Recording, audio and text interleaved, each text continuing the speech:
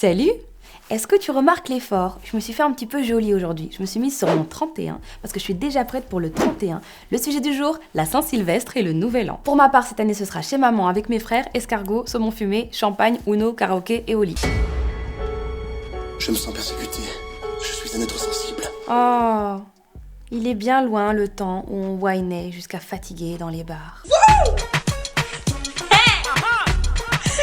Quelles sont les traditions insolites du Nouvel An à travers le monde? T'es prêt à décoller? Attache ta ceinture.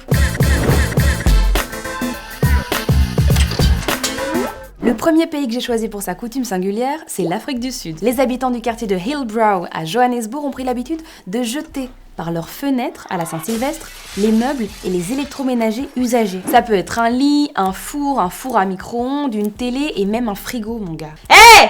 Chaud devant! Mais qui porte ça? Alors oui, c'est drôle, mais c'est aussi un peu dangereux. Du coup, pour traiter en urgence tous les éventuels blessés, tout le monde est rameuté. Les hélicoptères, les engins anti-émeutes, même les brigades canines, sans parler des hôpitaux. Il est où le U? Il y a un U en blanc. Là, ça fait déjà un moment que cette coutume existe, du coup, les gens sont quand même assez au courant, et y a pas trop de monde dans les rues ce soir-là. Mais il y a quand même des blessés, du coup, ce qui se raconte dans le quartier, c'est que ceux qui se prennent quand même des meubles sur la tête, c'est que soit ils avaient trop fêté, ou soit c'est des touristes qui étaient pas au courant. Fais gaffe, ça peut venir de n'importe où. Mais jeter par la fenêtre, c'est très à la mode au Nouvel An. En Turquie, par exemple, ils jettent des grenades, le fruit. Tu mens. C'est-à-dire que, regarde, Tu mens. parce qu'aujourd'hui, les gens... Wallah, tu mens, Et frère. en Argentine, ils déchirent tous leurs vieux papiers. Ils les jettent par la fenêtre comme des confettis. Est-ce que t'as déjà entendu parler du combat de boxe péruvien du jour de l'an? Regarde-moi bien, regarde-moi bien, regarde-moi bien, regarde-moi bien. Tout un chacun peut enfiler des gants de boxe, monter sur le ring et se battre contre le voisin ou le gars du quartier qui l'a fait chier toute l'année. Moi, ma voisine, je la prends en one-on-one, y a pas de problème octogone. Régler ses comptes sportivement pour bien commencer l'année. Rien de tel.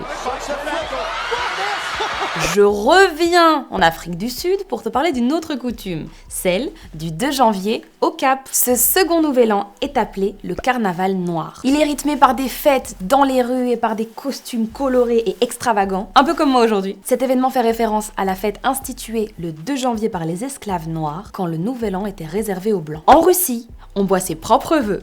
Et c'est encore plus bizarre que ce que tu es en train de t'imaginer.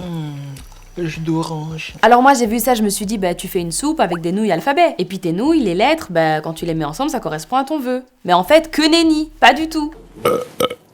Tu écris tes vœux sur un papier, tu brûles le papier, tu récupères les cendres, tu le mets dans une boisson et tu bois. Je suis pas venue ici pour souffrir, ok? Et puisqu'ils sont assimilés dans ton organisme, tes vœux sont censés se réaliser l'année prochaine. Ça te tente? Moi je le ferai pas. Non, sans façon. Non, c'est gentil. Non. Roumanie, Europe de l'Est, faut qu'on en parle. Dans la matinée du jour de l'an, des agriculteurs s'en vont près de leur bétail pour parler à leurs animaux. Selon la tradition, si on entend un animal nous répondre, les cultures seront bonnes pour toute l'année à venir. Chérie, c'était quoi pour toi 2020? Comment tu la sens cette nouvelle année?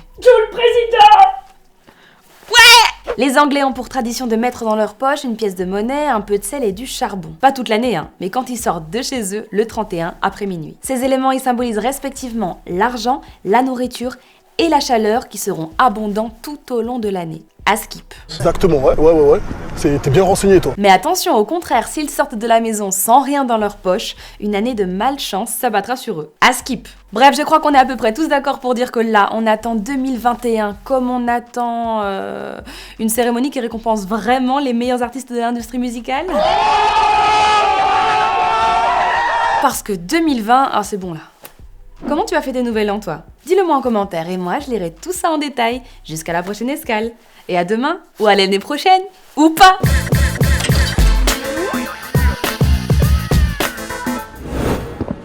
Move Radio, Hip Hop Nation.